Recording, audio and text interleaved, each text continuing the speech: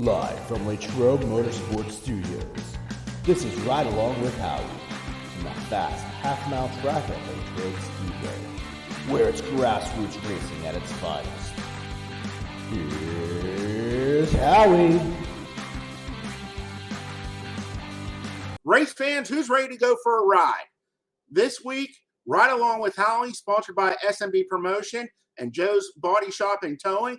Our first guest tonight is going to be pilot of the K2 Engineering Ferguson Funeral Home Rocket, car number 11L. This is Jeff Ferguson. Jeff, welcome to Ride Along. Hey, Howie. Thank you for inviting me. Thank you for going for a ride. Sure. Hey, like a lot of our racers, we're going to go back and start at the beginning of your racing career. And a lot of them started in go-karts. So is that where you got your start? Yeah, actually, in 1980, I started racing go-karts. We ran those for like 8 years. Yeah, that's where I got my start. And after the go-karts, you didn't go directly into dirt late model racing. You kind of took a little, we'll call it side road, and decided to go road course racing in the SCCA. Mm-hmm. Yeah, well, Indy cars and Formula One, that was always my passion. It's still, I don't miss a Formula One race. But yeah, I was like, man, I want to race Indy cars, you know, look young and dumb type of deal. But yeah, we went and got in a Formula One, or so not Formula One, but a Formula type car in road racing, and did that for about 6 years. I did have last 2 years I ran like a Can-Am style car. You sat down in the middle. We were fortunate. We got national titles, series titles, some track records and stuff like that. And so we had some pretty good success in it. But as you go on, you realize if you don't have large backing or connections or things like that, you know, you're pretty much going to stay in SCCA if that's what you choose to do. So we did it long enough and traveled a good bit. And we just decided we were going to not do that anymore. And after that, you decided to give the dirt racing a try?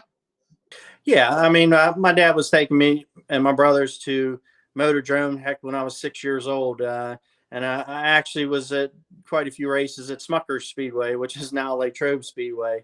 I remember he had a friend that invited us there, and we sat up in the bleachers. I think it's where you're at, Howie, every weekend.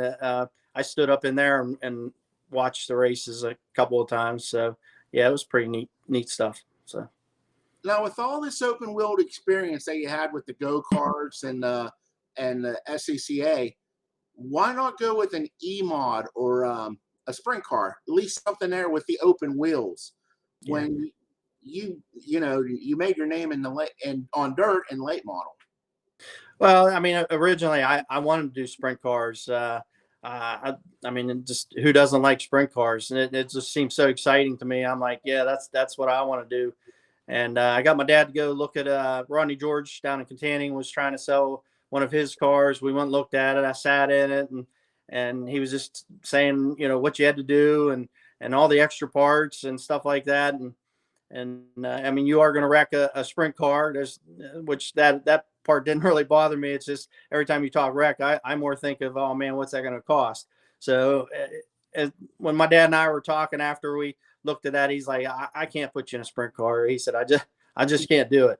So one thing led another. We decided on late models because heck, that's what we watched for so many years at Motordrome. And like I said, I went and talked to Mel Minnick Jr. Before I got a car. And, you know, asked him about it, what he thought of it, and some suggestions. And then he showed us his car and things about it and told us some suggestions. So then we ended up finding a car that we bought off of Lynn Geisler. We got our first car off of him. So, and when you made the move into a dirt late model, you went for basically the toughest competition you can. You went out to Jacksonville, Pennsylvania, and ran Challenger for a couple years and had some success out there. Didn't get a feature win, but consistent top 5 car. And then what was it, around 99? Yeah, 99. You ventured out on the road with the Mac Series. Yeah, that was a tough deal. I mean, because there were so many. I mean, just about everybody showed up there or traveled. It was extremely good. So we at one point we were fourth in points, and then ultimately we finished sixth in points. Had a few heat wins and almost won race at Thunder Valley. Led the majority of laps, and there was a late caution and inexperience on my part. I didn't put a bunch of rear brake in to make sure I could turn on the restart, and I went in there, pushed up, and I ended up finishing fifth. So that was a huge disappointment because I that was one of my better runs, and that had been something to say. I won one of those races, but yeah, it was definitely a neat experience, and it made me a lot better driver, and as far as tuning goes too. So, and then after the year with the Mac, you decided maybe you want to come back and race closer to home on a weekly basis, and you started racing up at the Roaring Knob Motorsports Complex. Mm-hmm. And that's where you earned your first career super late model win, and also rewarded your team with the championship.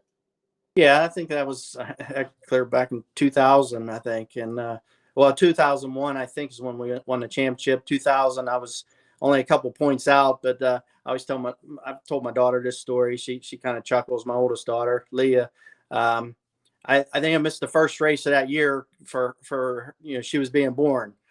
So, which I would never trade anything in the world for that. But if I'd have ran that race and just finished, had a couple of points out of that race, we'd have won that championship. So it could have been two. But again, I wouldn't trade it for anything in the world for my daughter.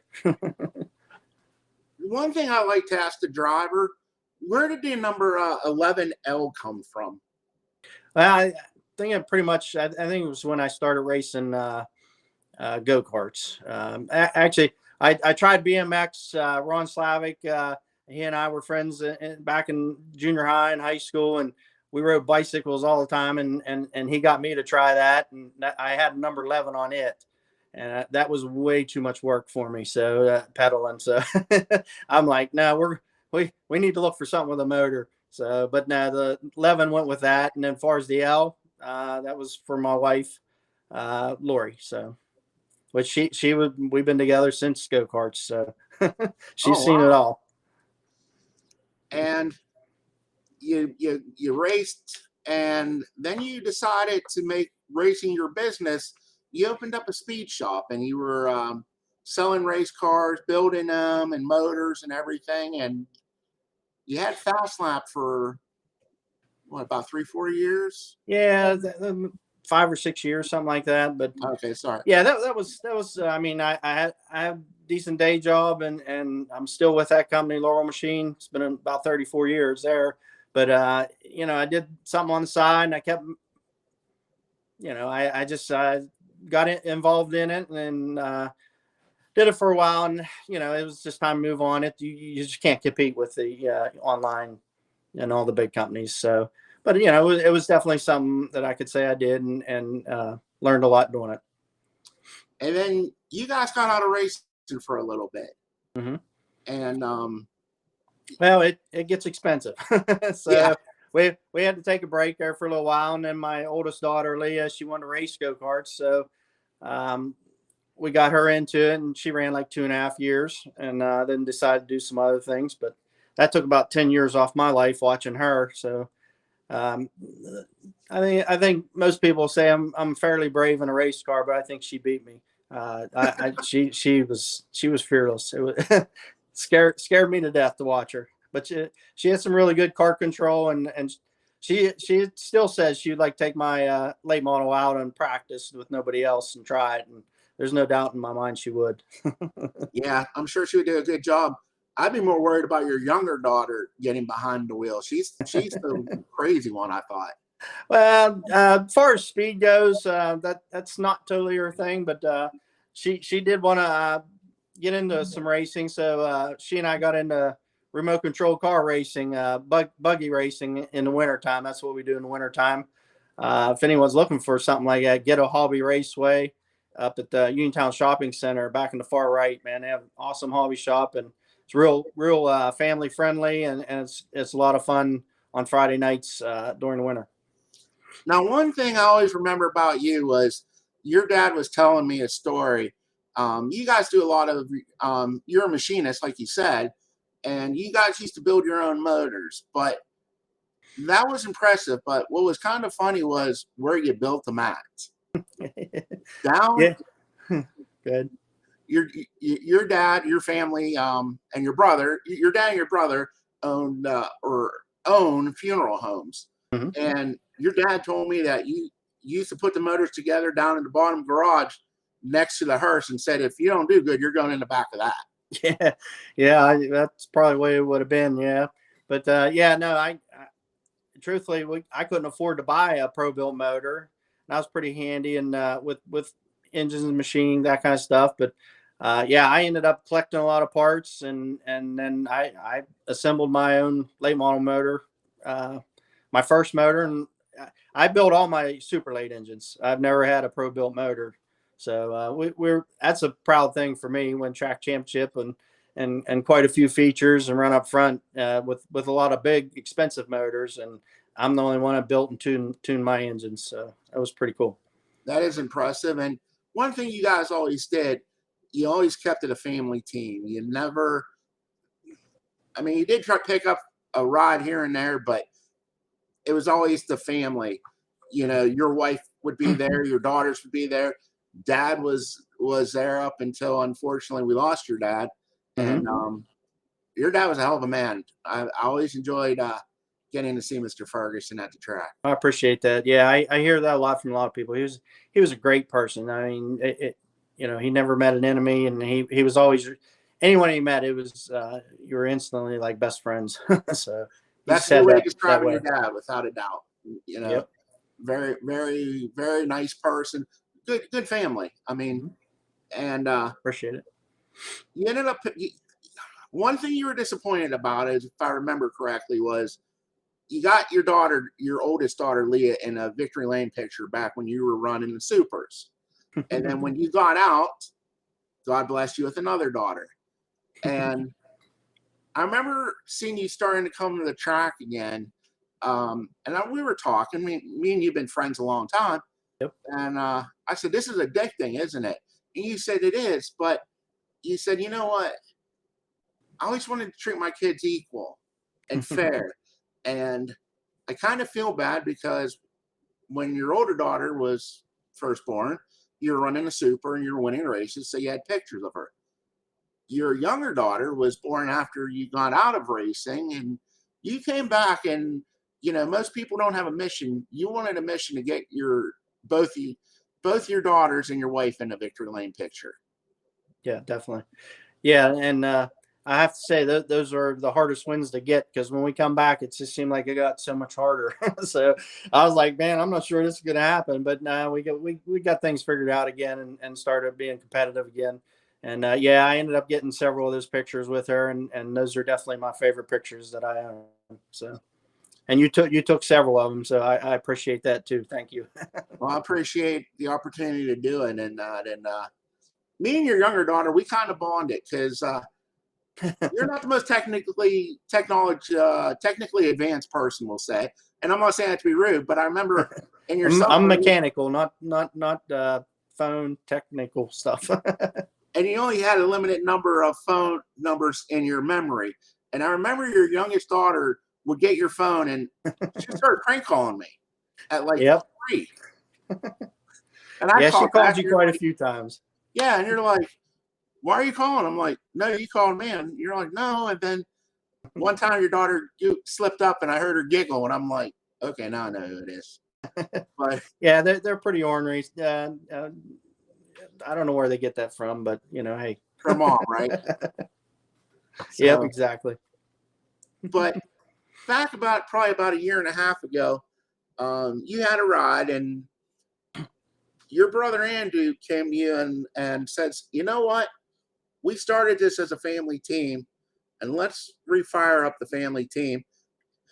And you guys teamed up. You got a car off Mike Doritsky, and 2020 last season, you guys ran the whole season at Latrobe and got second in the points. And this year, you got a win last year. You got a win this year, and you're up there in the points. But it's different because it's back to being the family where it all started, right? Oh yeah, definitely. And yeah, it's pretty cool. Beginning of last year, I thought I was out of racing again for a little while. And he come to me, he's like, "Hey, I'm thinking about owning the late model and you know, we'll start a team again." And I'm like, "Well, that's up to you, man. I can find you one if you want." And I just happened to be talking to Mike Duritsky. We're buddies. And I called him up. It's like, "Hey, you guys are getting a new car." I said, "What are you doing with your old one?" And one thing led to another. My brother and them, they agreed on something. And I did say, I said, "Hey, if you could, man, set it up like you're going to run Lake Trobe. You know, we want a turnkey, and that's what my brother wanted."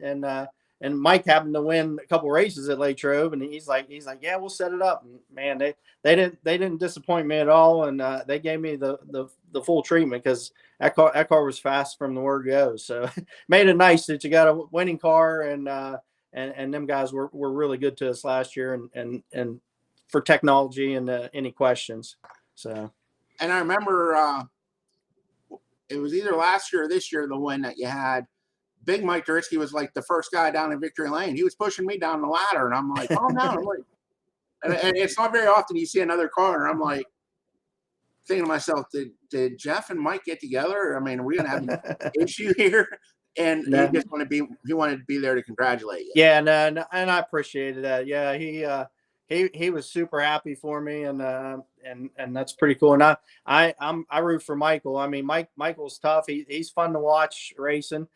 Sometimes I watch him from behind. Sometimes a few times I don't get to see him in the race. Maybe because maybe I'm ahead, but that's not very often. He's usually ahead of me. He's tough. They got things figured out, and he's definitely one of the best on the East Coast right now. That's for sure.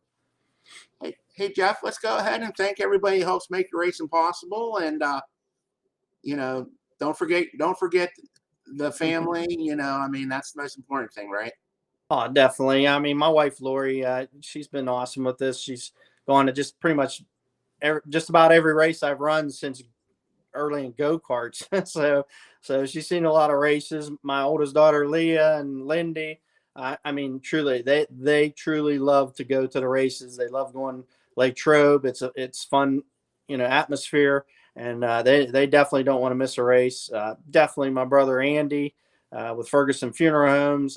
He just, you know, I wouldn't be doing this if he didn't decide to be a car owner. I'd probably be going to the races and watching a little bit. But then Jim McDowell, I got to thank him. He's been a great friend for the past 25 years, and he's helped me on the race car for, you know, like I said, for 25 years. He's been helping, and it's been I couldn't do it without him. I had some other friends here and there that's helped out over the years, but mainly the last couple of years, it's mainly just been he and I doing all the maintenance and work, and it's yeah, I'd like to thank those people. That by far, that's true. Well, again, I'd like to thank you for taking time to go for a ride. Race fans, that's going to conclude our interview with Jeff Ferguson, pilot of the Ferguson Funeral Home, Ferguson Real Estate, 11L Rocket. Thanks again, Jeff. Hey, thank you. We'll see you at Lake Trobe. Appreciate it. Thanks again, Jeff. Good luck. All right. Take care.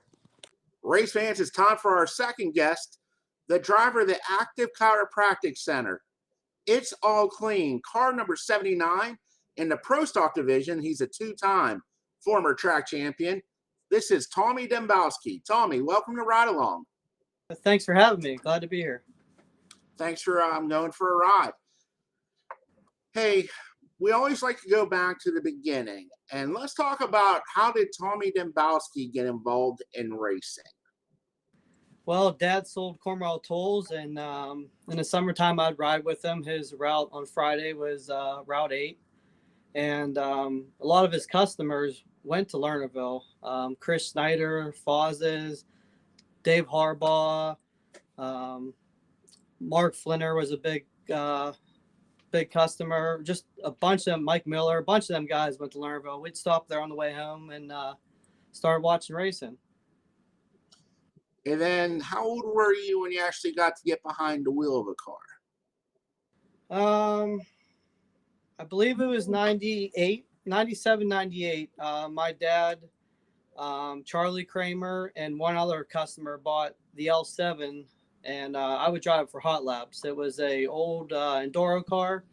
It was a tank. It drove like a tank. It was bad, but I only drove it hot laps. Then Dave Harbaugh was my favorite driver in the pure stock at the time, and he let me take his car out for hot laps, and that was like a race car, and it was fast, and that just like flipped the switch, and like we got to get one of these.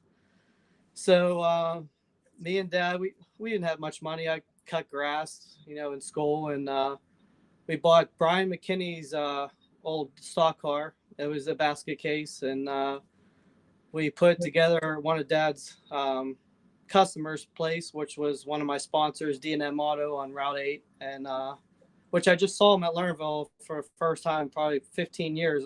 Last time I was at Lernerville. How long? So you've been racing about 24 years? Well, 99 was my first year. We won the championship in 06 at Latrobe, and they shut down. Then we just kind of floated around a little bit. And then when Dad passed away in 08, I sold the stock car. We always liked late models. We always watched John Flinner, and so I wanted to crate late. So I tried that for 2 years and actually towed it at Sharon in 2010, and just was not racing until I got back into it in 2019. So you took about an 8-year stretch off. Yeah. And it's kind of funny. A lot of people get out of racing for their family. You actually got back into it because of your family. Your daughter, Julia, she wanted to go racing with you. Is that correct? Yeah, I always took her to Lernerville and watch, and my buddy Brandon Lott, he bought a car.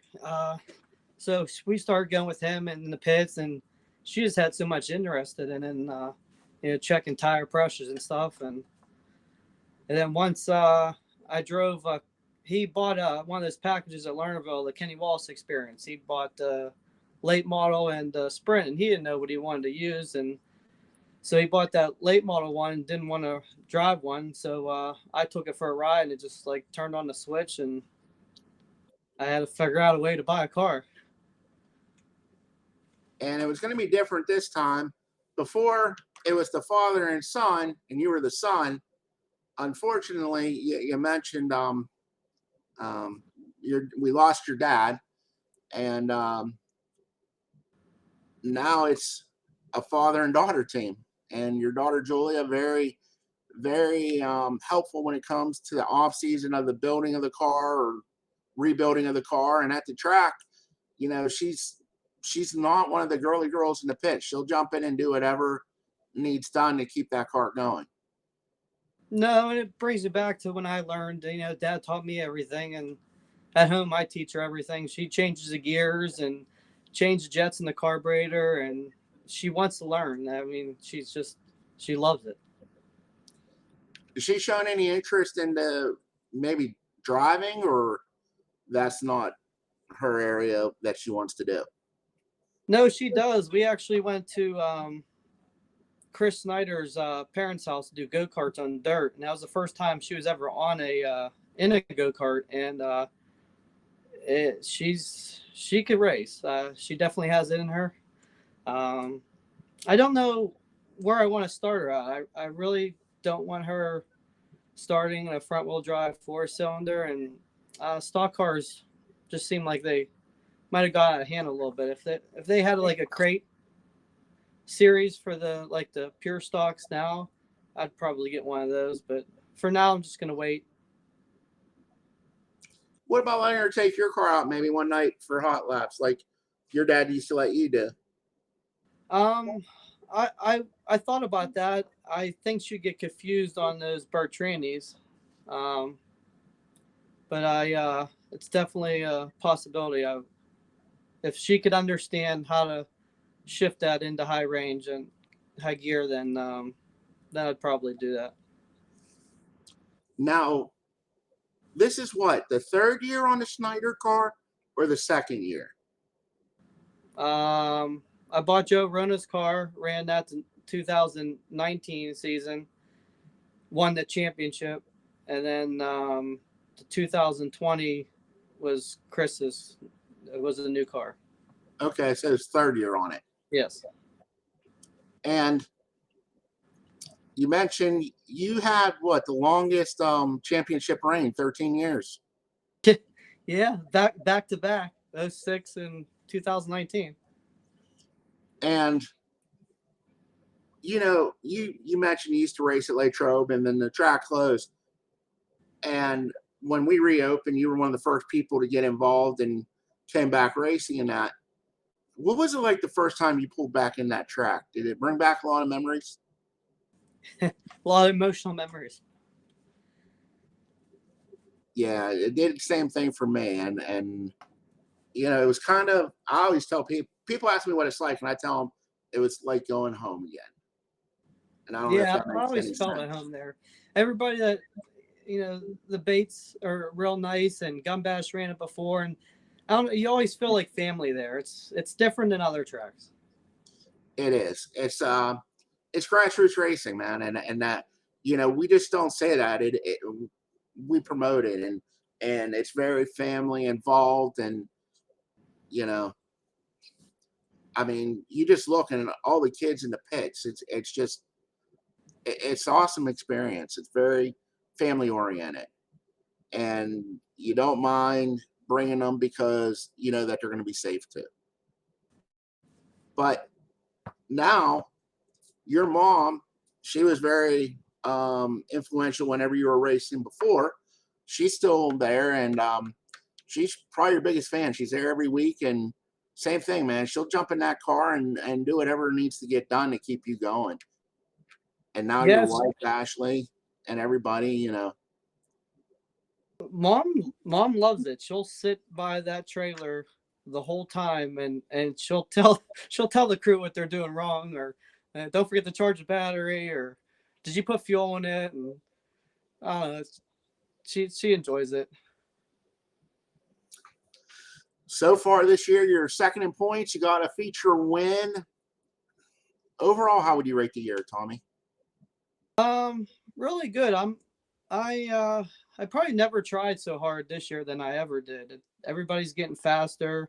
These young guys, they just, I don't know, they see the track different. They're hard to beat. And I lost a couple championship the last couple of years due to motor problems, and just trying to keep plugging away at it. You switched over the motor program. Was it last year you went over to Lavish Performance? Since I came back in 19, because that was Joe Rona's motor builder. Okay. And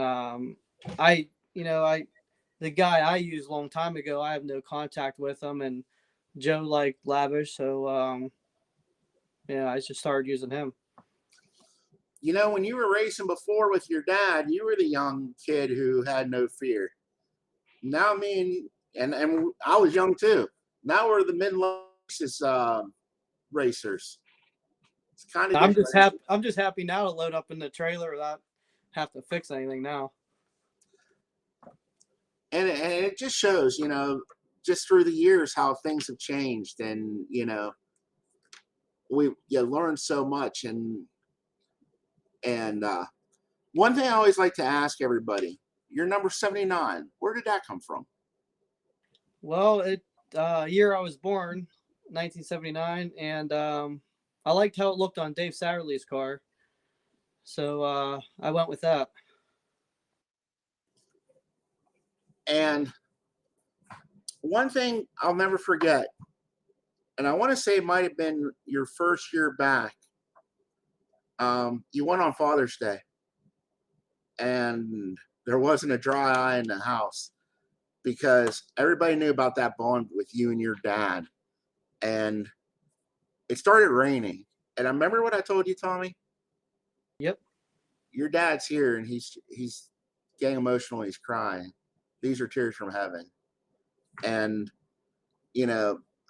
right behind you just shows the sign behind you, Living Dad's Dream, right? Yeah, that was actually when I first got back into racing in 2019. I put a post what to put on the spoilers, and it was actually Jackie Flinner, Mark Flinner's wife, Colton Flinner's mom, came up with that saying. They knew Dad. I mean, I actually Mark helped me out a lot when I got back into racing because I didn't have any money. I sold everything. I had to sell my Camaro and my side by side to get back into racing because when you start from scratch, you have nothing. The seat that's in my car now was actually John Flinner's seat. When Colton took over the ride, he wasn't allowed to use that seat anymore, and so the guy I grew up watching, I'm able to use his seat. And that has to be cool. And just the connection that the racing has. And I remember when you looked at a bunch of cars before you decided to buy the Joey Arona car. And do you remember what sealed the deal on the Arona car? I forgot about that until you said something. Yeah, there was a sticker on there that said Cornwall Tools. So it was just meant to be, I guess. And Snyder did a lot of work on that car. It wasn't a Snyder car, but Chris built my 06 championship car, and that's what I was going for. But that whole deal with Rona, it was a good car, and it was just pretty cool. But I just remember, you telling me the Cornwall sticker was where you used to put one for your dad's business on your car, right? Yeah. On that decking right beside you. And, that car served you well. And maybe, like I said, it was just meant for you to be. And you know what? It took you to a championship. And, trust me, I'm sure you're going to have more championships. You're a very consistent, very smooth driver. And I think the one who's going to be challenging you for some championships in the next couple of years, she has the last name of Dembowski right now. It's going to be your daughter, Julia. Yeah, she definitely wants to race, so she asks me all the time. How cool would it be to race against your daughter? You never had the opportunity to race against Dad, did you?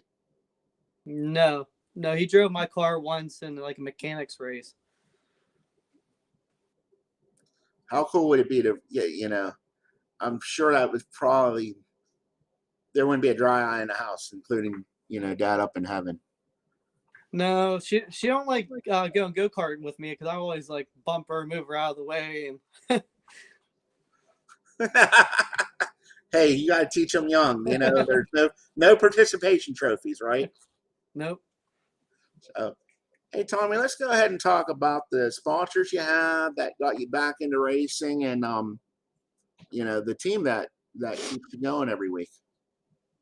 Oh, my team's amazing. Like I do all the work at home, but at the track they're there, and it's very important because like when you're in the race suit, you're always hot, and like it's hard to work on your own car at the track, and they do a good job keeping everything together. And my wife lets me, I'm working on the car all the time, so it takes away from family time. She's there all the time at the track, never missed a race yet.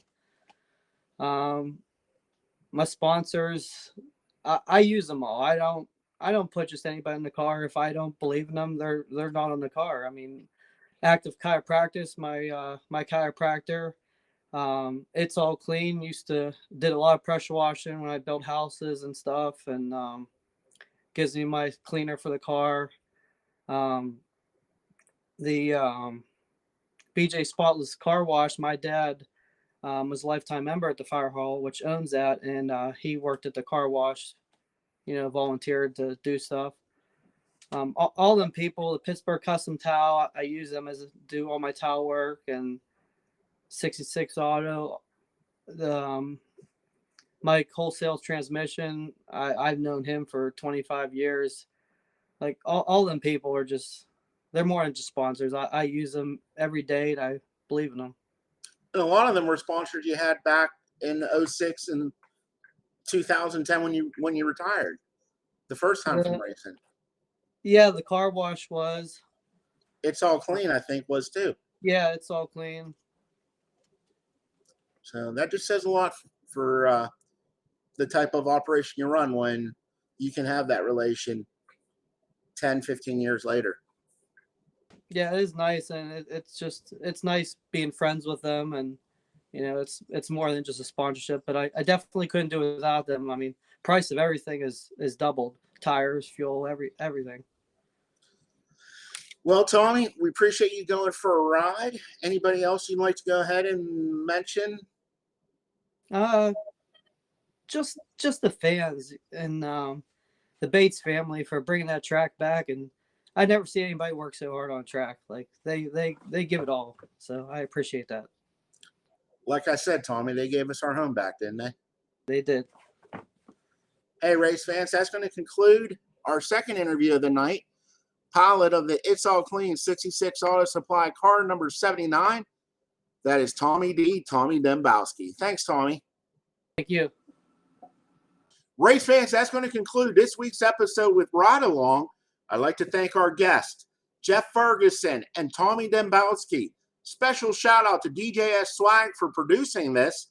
And I'd like to go ahead and thank all of our track sponsors, including Joe's Auto Body and Towing, Special T Metals, K2 Engineering, Rock Auto, Seal Tight, DJS Swag, Stone and Company, Vinyl Destination, SMB Promotions, and if anybody's out there looking for a job, don't forget General Carbright is hiring and they're offering competitive wages.